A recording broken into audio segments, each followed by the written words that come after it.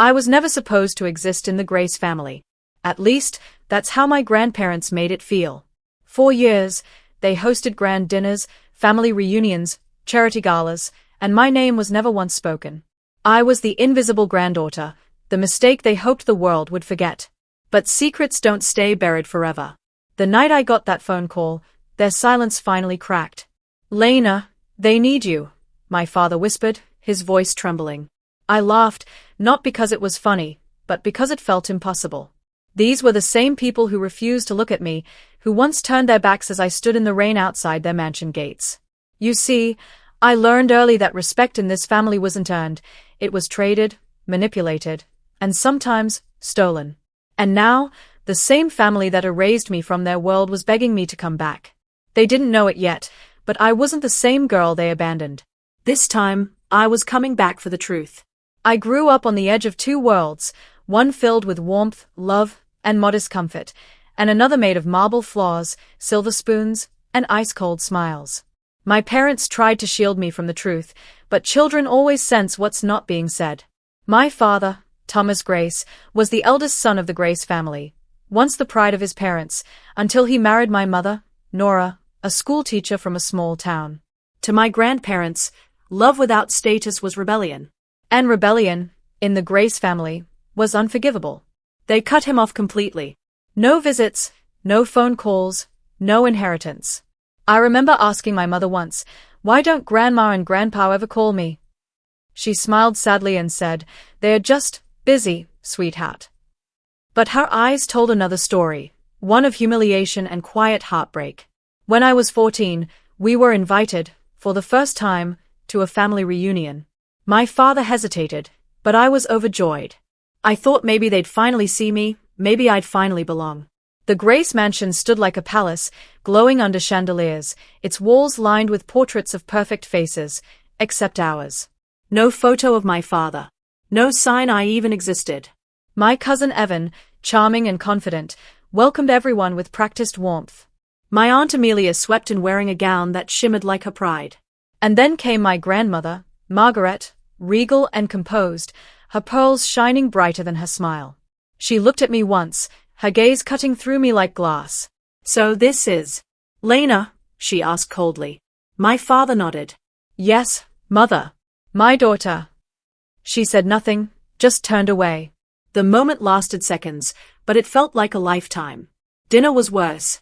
Every word I spoke was met with polite silence, every attempt to join in brushed aside. Evan told stories of his achievements, business deals, awards, his bright future. My grandfather clapped his shoulder proudly. When I mentioned I'd won a scholarship for writing, my grandmother didn't even look up.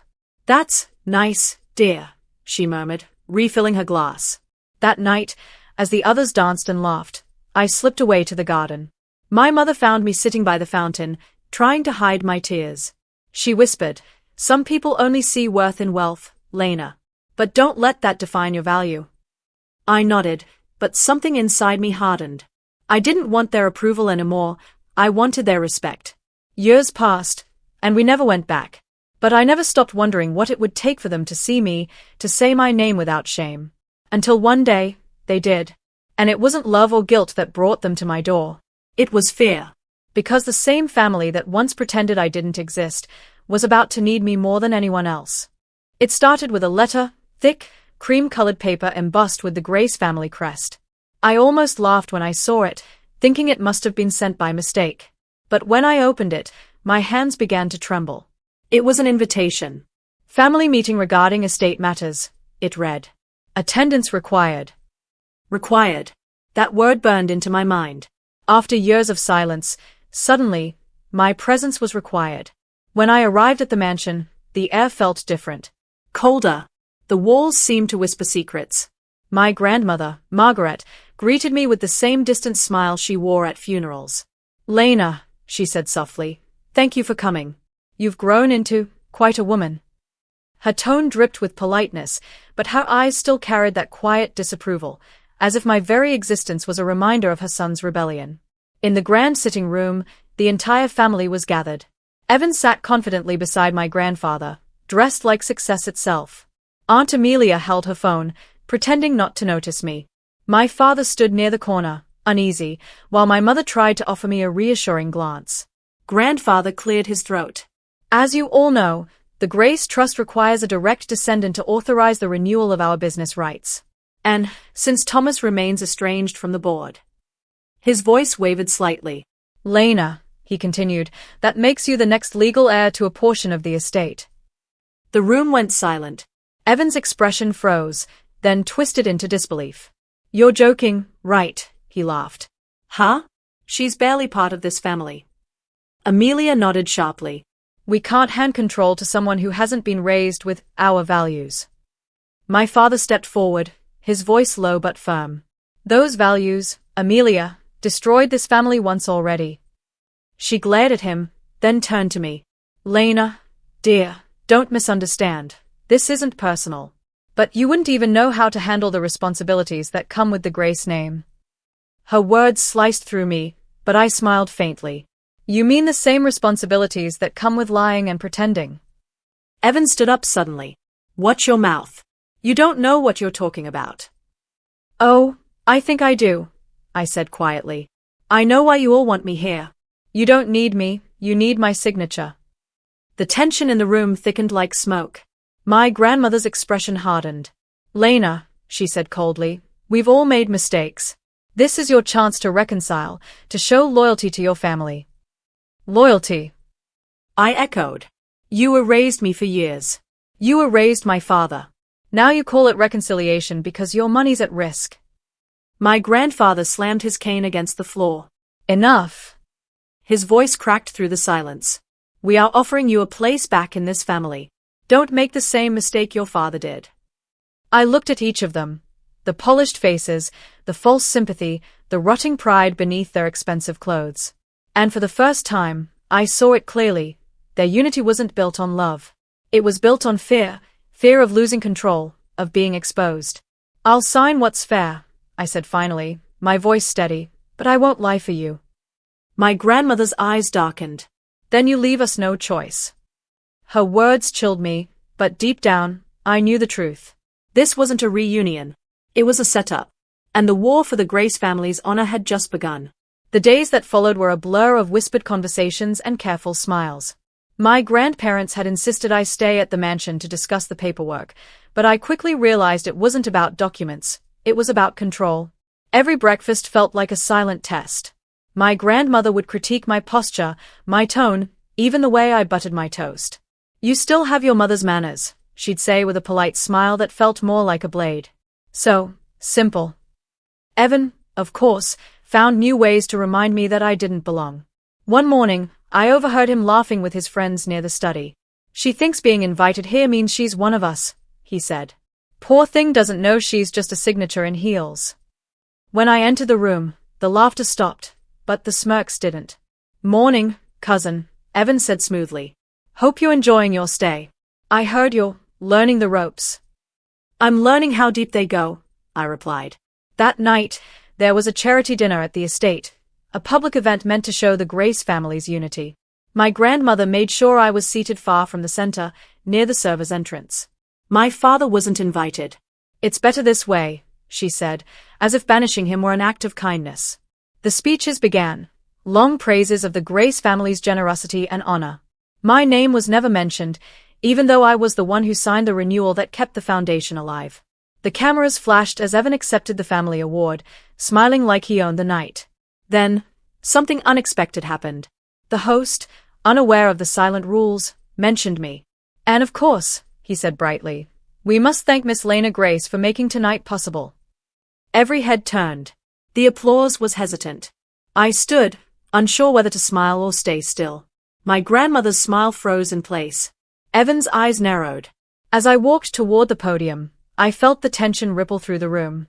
My grandmother leaned toward Amelia and whispered something I couldn't hear, but the crowd's reaction told me enough. The music stopped for a second. The air grew thick. I tried to speak, to thank them, but Amelia interrupted loudly, forcing a laugh. Oh, Lena, don't be modest, she said, her voice dripping sugar. It's lovely of you to attend. You look so unpolished, but genuine.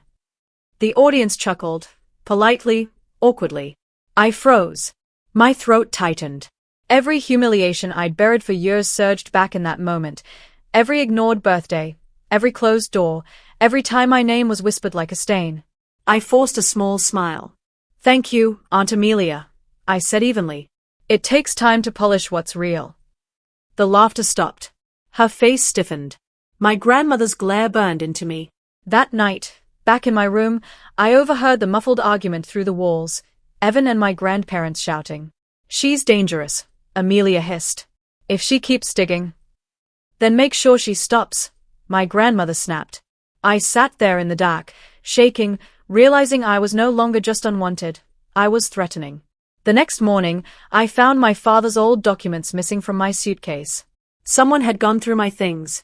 That was when I knew this wasn't just about humiliation anymore. They were hiding something. And if I didn't find out what it was soon, they'd make sure I never could. Something inside that mansion was about to break, and it wouldn't be me this time. I should have known something was coming. The air in that mansion had changed, heavy with caution, thick with whispers. No one met my eyes anymore. Even the housemaids looked away when I passed, as if they'd been told not to speak to me. 3 days after the charity dinner, I woke up to find my access to the study locked. The key that used to hang near the hallway was gone. My grandmother's assistant, pale and nervous, handed me a folded note. Mrs. Grace asked me to give you this, Miss Lena. The note was written in my grandmother's elegant, icy handwriting. Lena, after careful discussion, the family has decided to reassess your involvement in our affairs. Your actions at the dinner brought unnecessary attention.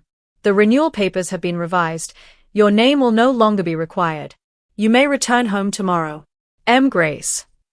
For a moment, I couldn't breathe. My signature, the one thing that tied me legally to the family, had been replaced. Falsified. I knew it instantly. They'd used me, erased me again, and this time, it was permanent. I stormed downstairs, the note shaking in my hand. My grandmother was in the parlor, sipping tea with Evan and Aunt Amelia. They looked up as I entered, perfectly calm. You forged my name, I said, my voice trembling. Margaret didn't even flinch. Don't be dramatic, dear. We simply corrected a mistake. You're young, it's best you don't involve yourself in matters beyond your understanding. You lied, I whispered. You lied to my face. You said I was part of this family. Evan leaned back, smirking. You were. For about 5 minutes. Aunt Amelia chuckled softly. Honestly, Lena, what did you expect? The Graces have always looked after their own. I am one of you. I shouted. You made me believe that. My grandmother's voice cut through mine like thunder. Enough. You are not one of us. You never were. The words hit me harder than I expected. Maybe because a small part of me still hoped they could change. But now it was clear. My father appeared in the doorway, his face pale. Mother, he said, what have you done? Margaret didn't turn to him. What I should have done years ago, she said coldly. You walked away from this family, Thomas. Don't expect us to carry your mistakes. He looked at me, guilt written all over his face. Come on, Lena. We're leaving. But before I could move, Evan held up a folder. Not so fast. You might want to see this first. He opened it and pulled out a series of documents, copies of contracts, financial records, and a letter with my father's name. This, Evan said smugly, proves your father tried to take company funds when he left. That's why he was cut off. My father froze. That's a lie. Margaret stood, slow and deliberate. We have the evidence. Don't embarrass yourself further. I snatched the papers and flipped through them, and there, in the corner of each page, was my father's signature. But I knew his handwriting. This wasn't his. You forged these too, I whispered. Evan smirked. You think anyone will believe that? My hands shook. The room blurred with rage and disbelief. You ruined him once. You're not doing it again. My grandmother's tone turned venomous. Watch your words, girl. You have no idea what you're dealing with. Oh, I think I do, I said, my voice breaking. You can bury the truth, but it will come back. It always does. She leaned forward, her eyes cold. Not if you disappear quietly. Something inside me snapped. I slammed the folder onto the table, the papers scattering like ashes. You can erase names, signatures, even people, I said through tears. But you can't erase guilt. And one day, that guilt will destroy you. I turned and walked out, my father trailing behind. No one stopped us. The door shut behind us with a final, echoing click, like a seal on everything we'd lost. That night, back in our small home, I sat alone by the window. My parents were asleep, exhausted from years of disappointment. I stared at the reflection of my face in the glass, the face they'd all pretended didn't exist. I cried until there were no tears left, until my voice was gone and my chest ached from the silence. Then something shifted inside me. A stillness, sharp and cold. I whispered to myself, they think they've won. But I knew better. I wasn't the broken girl standing outside their gates anymore. I was the storm they never saw coming. And from that night on, my silence became my weapon. Justice wasn't going to knock politely. I was going to bring it to their door. After the door shut behind us that night, something inside me stopped asking for mercy. Grief washed over me, yes, but it cleared a path. When sorrow fades, a stubborn sort of clarity moves in. I began to map everything I had been denied, my name, my father's honor, the truth buried under their polished lies. I decided to turn that map into a plan. First, I rebuilt myself in small, steady steps. I took a job that kept my hours long and my hands steady. I read legal guides until the words stopped sounding foreign. I listened to every story my mother could give me about the past, jotting dates, names, whispers, the little things the mansion had tried to erase. I learned to be patient like stone, quiet and unyielding. I found allies in strange places. Pastor Miller, who'd watched the family from the sidelines for decades, met me in the church office and slid me a worn manila folder. There are always people willing to tell the truth, he said. You just have to give them a reason. Inside were old letters, a ledger, and a name I hadn't expected. A clerk who once handled the Grace accounts. That name became the hinge of everything. I learned the power of documents. Forged signatures crumple under scrutiny, and their arrogance had left too many careless marks. I hired a handwriting analyst, a woman with tired eyes and sharp tools, who agreed to look at the papers I'd copied. She didn't promise miracles, only facts. If it's a forgery, she told me, you'll know which hand wrote it. Her certainty felt like electricity. Emotion became fuel. Every time I felt humiliated, I filed it away with dates. Every cruel remark, every tightened smile, became evidence of a pattern. I met Evan's old classmates at a cafe, listening with the soft patience of someone collecting shards to rebuild a mirror. People spoke differently to someone who wasn't pleading. They spoke freely to someone who listened without judgment. The plan had risks, exposure, retaliation, shame piled on shame. If they realized what I was doing before I was ready, they'd shut me down and bury me deeper. But the alternative, sitting quietly while they lived under false dignity, was worse. I built layers, legal checks, witnesses who owed nothing to the Graces, and a public setting where truth could not be ignored. I rehearsed my admission into the world as if it were a play. I imagined the gala, the hush, the flash of cameras. I pictured Evan's face when the ledger proved his lies. I pictured Margaret's pearls scattering like tiny accusations. I didn't want to humiliate for sport. I wanted to expose the system that had humiliated my family and stolen a life of respect from my father. One night, after months of quiet work, Pastor Miller handed me a printed affidavit. This clerk will speak, but only if you promise one thing, he said, leaning forward. Promise you won't break yourself in the process. I looked at the paper and felt the weight of it, the weight of potential justice and the cost it might demand. I won't run, I told him.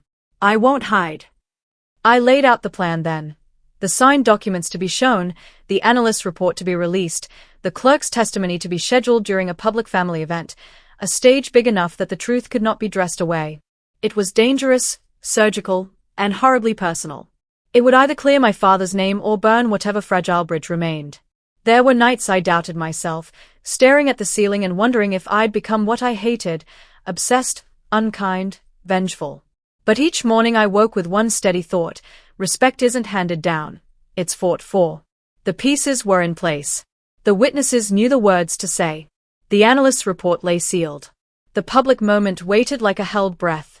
Standing at my kitchen window, watching the city lights blur into a smear of possibility, I whispered to the darkness, "This ends soon."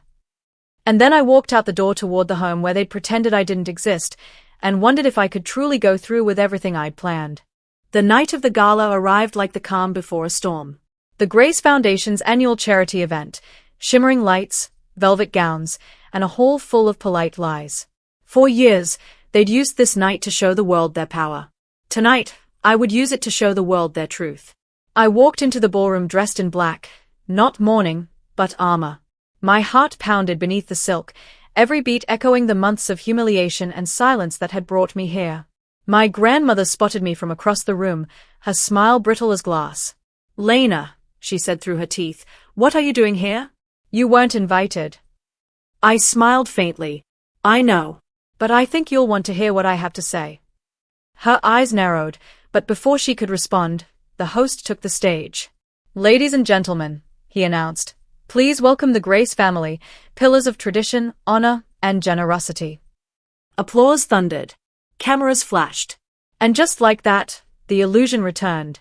Evan stepped up to the microphone, perfectly confident, his voice smooth. "Our family has always believed in truth and legacy," he began. "What we build today will stand for generations." "Then let's make sure it's built on the real truth," I said, stepping forward. The crowd turned. The room went still. My voice, though trembling at first, grew stronger with every word. "For years, this family built its name on lies, on forged papers, stolen inheritance, and buried guilt." Gasps rippled through the audience. Evan's face paled. "This is ridiculous," he hissed. "Security." "No," said my grandfather quietly. He looked old, tired, as if the years of silence had finally caught up to him. "Let her speak." I took a deep breath. "My father was disowned for crimes he didn't commit." "You forged his name on those documents, Evan. You framed him to cover your own theft." I opened the folder and held up the analyst's report, projecting it onto the large screen behind me. The signature comparisons glowed under the lights, side by side. "These," I said, my voice cutting through the murmurs, "were written by the same hand, yours."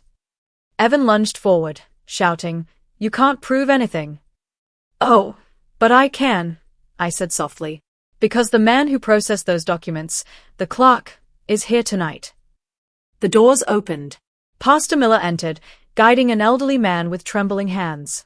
The audience murmured. The man spoke into the microphone, voice frail but steady. "I handled the Grace records. Miss Lena is right." The signature was not Thomas Grace's. It was replaced under Evan's direction. A stunned silence fell. Margaret staggered back, her pearl necklace trembling. "Evan," she whispered, "tell me this isn't true." He said nothing. His silence was answer enough. My grandmother turned to me, eyes wide with disbelief, but not guilt. Pride still clung to her like perfume. "You don't understand what you've done," she said. "You've destroyed this family's reputation." "No," I said, stepping closer.